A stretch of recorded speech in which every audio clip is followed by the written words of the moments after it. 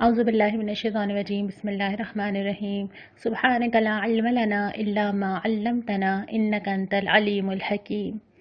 آج ہم چوتھے پارے کا آغاز کرنے جا رہے ہیں، اور حسب معمول ہم آغاز کرنے سے پہلے کل کے سوال کے جواب پہ ایک نظر ڈال لیتے ہیں۔ کل میں نے آپ سے جو سوال کیا تھا وہ یہ تھا کہ اللہ کی راہ میں خرچ کرتے ہوئے کن امور کا خیال رکھا جائے، اور جو پارہ ہم نے کل پڑھا تھا یعنی کہ تیسرا پارہ، اس میں ہی اس کا جواب موجود تھا جس کا آپ نے مجھے جوابات بھیجے بھی ہیں، اور وہ یہی ہے کہ اللہ کے رضا کے لیے خرچ کیا جائے، نیت اس کے علاوہ اور کچھ نہ ہو۔ دوسرا یہ کہ جس پہ خرچ کیا جائے اس کو جتا کے ضائع نہ کیا جائے، اور تیسرا یہ کہ ان لوگوں کو ڈھونڈا جائے جو مانگتے ہوئے نہیں آتے لیکن وہ سفید پوش ہوتے ہیں اور ضرورت مند ہوتے ہیں۔ یہ تین چیزوں کا ذکر ہم نے کل کے سپارے میں پڑھا تھا۔ اب ہم اپنے آج کے سپارے کے اوپر آتے ہیں۔ پارہ نمبر 4 میں بھی سورہ آل عمران جو ہم نے کل شروع کی تھی اس کا ہی تسلسل ہے، اور آخر میں جا کے سورہ نساء کا آغاز ہو جاتا ہے۔ پہلی ہی آیت کہ تم نیکی کو نہیں پہنچ سکتے، ہم نے کل یہ پڑھا تھا کہ نیکی یہ نہیں ہے کہ تم گھر میں سامنے سے آ جاؤ یا پیچھے سے آ جاؤ، نیکی یہ ہے کہ انسان عمل کرے، اللہ کے تقوی اختیار کرے، اپنے رشتہ داروں پہ خرچ کرے، حسن سلوک کرے، اور یہاں پہ آ کے نیکی کے تصور کو دوبارہ درست کیا ہے کہ نیکی یہ ہے کہ تم اپنی پسندیدہ چیز اللہ کی راہ میں لگا دو۔ اور یہ اللہ تعالیٰ نے ایسے حکمت کا جملہ استعمال کیا ہے کہ ہر انسان کی اپنی محبوب چیز بالکل مختلف ہوتی ہے۔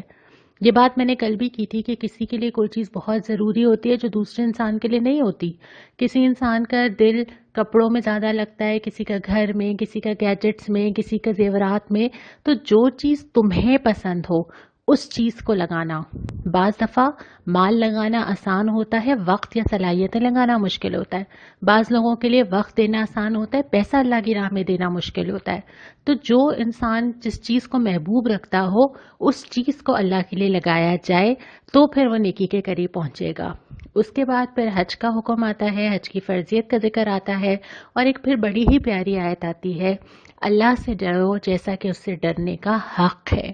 یعنی اللہ تعالیٰ کے بے شمار احسانات جو پچھلے پاروں میں ہمیں بار بار دکھائے گئے، کائنات، زمین، آسمان، وہ ساری چیزیں جو معمول کے مطابق چلتی ہیں اور جن میں سے کوئی ایک چیز بھی ہل جاتی ہے تو ہم حیران و پریشان ہوتے ہیں، وہ میرے جسم کے اندر چلنے والے بہت سارے سسٹمز۔ تو یہ ساری چیزیں ایسی ہیں کہ اللہ تعالیٰ کے بے شمار احسانات ہیں۔ تو اللہ کے احسانات اور اللہ کی دی ہوئی نعمتوں کے مطابق اس کا خوف اور اس کے ساتھ تعلق رکھا جائے۔ اور ہم نے یہ سورہ فاتحہ میں بھی پڑھا تھا کہ ابتدا ہی اس بات سے ہوتی ہے کہ اللہ تعالیٰ سب سے پہلے اپنا اور بندے کا مقام بتاتے ہیں، کہ انسان کو یہ سمجھ آ جائے کہ واقعتاً ہر چیز کا مالک اللہ ہی ہے اور میری کوئی اوقات نہیں ہے اللہ رب العالمین کے سامنے۔ اس کے بعد جو ہدایت کی گئی، سب مل کر اللہ کی رسی کو، اس قرآن حکیم کو مضبوطی سے تھام لو اور تفرقے میں نہ پڑو۔ یہ وہ چیز ہے جو مسلمانوں کو جوڑنے والی چیز ہے کہ ایک قرآن جو ہم سب کا تعلق ہے، ہم سب کے درمیان، ہم نہیں جانتے، ہم درس قرآن میں جمع ہوتے رہے ہیں، اس وقت حالات کی وجہ سے ہم نہیں ہو پا رہے، لیکن ہم درس قرآن میں جاتے ہیں، ہم کتاب کو اٹھاتے ہیں، ہم کسی رنگ، نسل، رشتہ داری کی بنیاد پہ جمع نہیں ہوتے، بلکہ جو تعلق ہم سب کو آپس میں جوڑتا ہے اور ساری دنیا کے مسلمانوں کو آپس میں جوڑتا ہے وہ اللہ سے تعلق اور اللہ کی کتاب ہے۔ اور اگر اس کو چھوڑ دیا گیا تو اس کا لازمی نتیجہ یہی ہے جس سے خبردار کیا گیا ہے کہ تفرقے میں نہ پڑو۔ اس کے بعد پھر مسلمانوں کو وہ فریضہ یاد دلایا گیا ہے جس کو کل بھی ایک ہلکی سی ہنٹ آئی تھی، اور اب دوبارہ کہا جا رہا ہے، تم وہ بہترین گروہ ہو جسے لوگوں کی ہدایت اور اصلاح کے لیے میدان میں لایا گیا ہے۔ اب وہ ذمہ داری جو اللہ کے نبی صلی اللہ علیہ وسلم کو دی گئی تھی کہ آپ لوگوں کو ہدایت دیں، لوگوں کو خوشخبری دیں، لوگوں کو خبردار کریں، اب وہ اس گروہ یعنی امت مسلمہ یعنی میں اور آپ، ہمارے پاس وہ ذمہ داری آ گئی ہے جسے اس دنیا میں اس لیے لایا گیا ہے کہ وہ اپنا یہ فرض انجام دے۔ اس کے بعد پھر اہل کتاب سے خبردار فرمایا وہی ساری چیزیں کہ یہ تمہارے ساتھ کبھی مخلص نہیں ہو سکتے اور یہ تمہارے لیے کبھی خیر کی امید بھی نہیں رکھتے،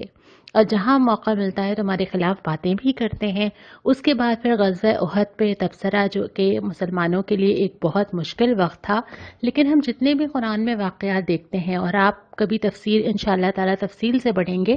ہم جتنے بھی قرآن میں ایسے واقعات دیکھتے ہیں اللہ تعالیٰ ان میں کہیں نہ کہیں ذکر لاتا ہے قلبی کیفیات کا، جھکاؤ کا، دنیا اور آخرت میں ترجیح دینے کا۔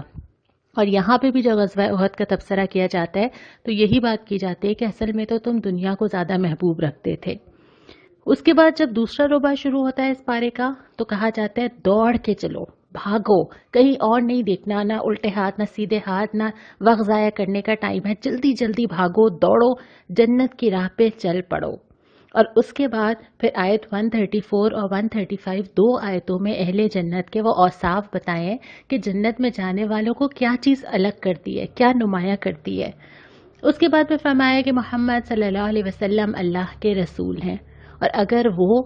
خدا نخواستہ یا کسی وجہ سے زندہ نہ رہیں کیا کرو گے تم؟ الٹے پاؤں پھر جاؤ گے۔ اور یہ آیت ہمیں سکھاتی ہے کہ اسلام پہ چلنے والے انسانوں کے پیچھے نہیں چلتے، اللہ کی ہدایت کے اوپر چلتے ہیں۔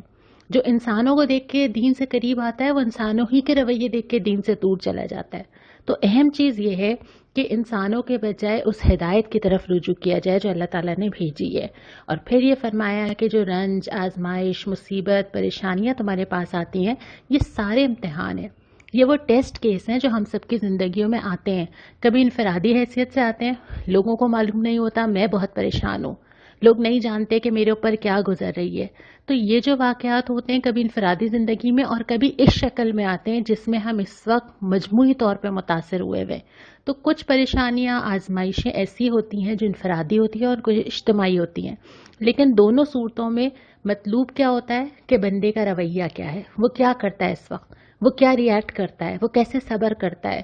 وہ کیا کہتا ہے، وہ دوسروں کو کیا تلقین کرتا ہے۔ اور یہ ساری چیزیں جو ہیں ایک ہی امتحان سے کوئی سرخرو ہو جاتا ہے اور کوئی پیچھے رہ جاتا ہے۔ لیکن اگلی آیت میں کیا فرمایا کہ اللہ کو تو وہ لوگ پسند ہیں،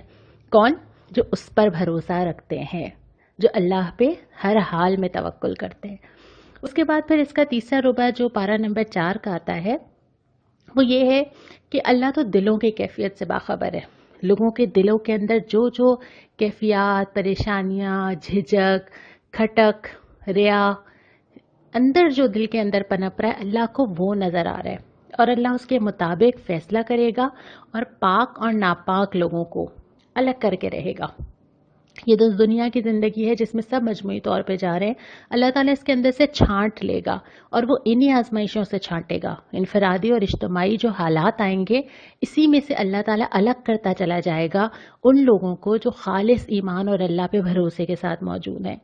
اس کے بعد پھر بخیلی پہ تنبیہ کی گئی کہ اگر تم اپنا مال بچاؤ گے، اگر تم اللہ کے لیے خرچ نہیں کرو گے، اگر تم یتیم کا کھاؤ گے تو تم اپنے لیے جہنم میں جانے کا راستہ پیدا کرو گے۔ اور دوبارہ سے یہ تلقین کی کہ دیکھو جان و مال کی آزمائشیں تو آئیں گی، یہ تو طے شدہ بات ہے، یہ تو ہم سورہ بقرہ سے پڑھتے چلے جا رہے ہیں کہ ہم تمہیں ضرور آزمائیں گے۔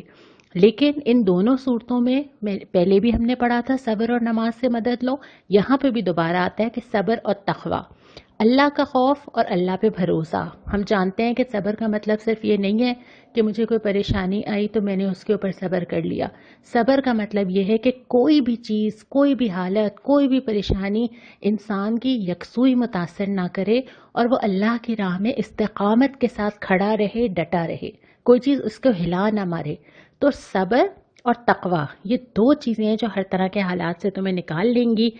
اب کرنے کا کام وہی ہے جو پہلے کہا کہ اللہ کی کتاب کو تمہیں پھیلانا ہوگا، دوبارہ تلقین کی گئی، اور یہ بھی بتا دیا گیا آخر میں سورہ آل عمران کے آخری رکوع میں جو مساوات مرد و زن کا ایک نقطہ ہے کہ اللہ کسی کا عمل ضائع نہیں کرے گا، خواہ مرد ہو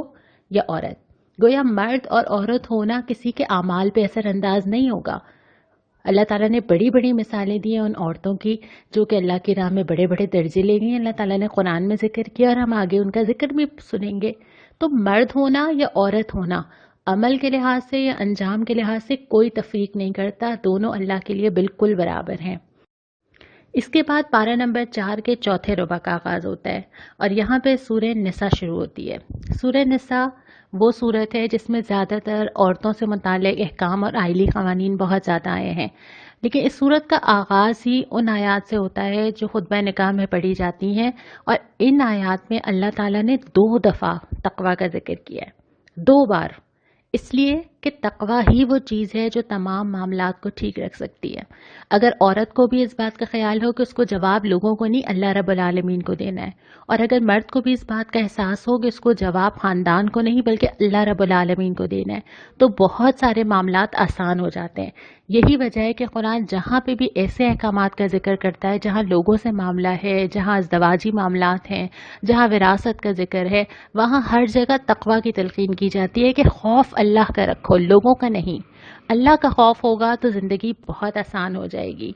اور اس کے بعد پھر ایک سے زائد نکاح کی اجازت دی جاتی ہے، لیکن شرط یہ لگائی جاتی ہے بشرط کہ تم عدل سے کام لے سکو۔ اس کے بعد وراثت کے احکام بہت تفصیل کے ساتھ آتے ہیں، اور ظاہر ہے یہ ایک پورا موضوع ہے، ایک پورا علم ہے، علم وراثت، تو ہم بہت تفصیل سے شاید یہاں پہ ذکر نہ کر سکیں، لیکن آئندہ کہیں آپ ضرور اس کا علم حاصل کر سکیں تو ضرور کریں۔ وراثت کے احکامات کے بعد ایک بڑی پیاری آیت ہے کہ اللہ پر بندوں کی توبہ کا حق ہے، یعنی یہ اللہ پر حق ہے کہ جب بندے اللہ کی طرف پلٹیں تو وہ ان کی توبہ قبول کرے۔ بس کچھ شرطیں ہیں، اور وہ شرطیں کیا ہیں کہ وہ اصرار کرنے والے نہ ہوں، وہ یہ نہ ہو کہ گناہ پہ کیے جا رہے ہیں کہ بس اللہ سے توبہ کر لیں گے اور معاف ہو جائیں گے، نہیں، بلکہ وہ سچے دل کے ساتھ پلٹنے والے ہوں، وہ اللہ کے پاس آئیں، شرمسار ہوں، آئندہ نہ کرنے کا عہد کریں، تو پھر یہ اللہ پر حق بن جاتا ہے کہ اللہ اپنے بندوں کی توبہ کو قبول کرے۔ اور یہ بہت بڑی تسلی دینے والی آیت ہے۔ ہم سب کے اعمال ہم اپنی زندگیوں میں جھانکتے ہیں تو ہماری زندگیاں کس راستے پہ چلتی ہیں؟ ہم اللہ کی رحمت کے محتاج ہیں۔ ہم انفرادی طور پہ بھی اور اجتماعی طور پہ بھی جن حالات کا شکار ہیں، اس کے پیچھے کہیں نہ کہیں ہم سب کی اللہ کی راہ سے بھٹکنا ہوگا، ہم سب کی کوتاہیاں ہوں گی، ہم سب کے گناہ ہوں گے، تو یہ وقت ہے کہ اللہ کے پاس پلٹا جائے، یہ وقت ہے کہ اللہ کی طرف جا کے اللہ سے عافیت مانگی جائے، اللہ سے مانگا جائے کہ ان حالات سے اللہ تعالی ہمیں نکالے، اور اللہ سے توفیق مانگی جائے کہ اللہ تعالی ہمیں اپنے راستے پر ہی رکھے۔ اور اس سپارے میں پھر آخر میں جو ہے محرم رشتوں کی پوری فہرست دی گئی ہے کہ وہ کون کون سے رشتے ہیں جن میں باہمی نکاح نہیں ہو سکتا۔ یہاں سے ہمارا پارہ نمبر 4 تو ختم ہوتا ہے، لیکن جو سوال مجھے آج آپ سے کرنا ہے وہ یہ کہ سورہ آل عمران میں اہل جنت کے کون کون سے اوصاف بیان کیے گئے ہیں، کون سے لوگ ہوتے ہیں جو جنت کی طرف دوڑتے ہیں، اور یہ آپ کو آیات 134 اور 35 سے انشاءاللہ ملے گا، تو آپ مجھے ضرور میل کیجئے۔ اور جو دعا آج آئی تھی وہ سورہ آل عمران ہی کی 147 آیت میں آئی تھی، جو آپ کے سامنے اس وقت آ رہی ہے۔ اللہ تعالی ہم سب کو قرآن کا فہم عطا فرمائے، آمین۔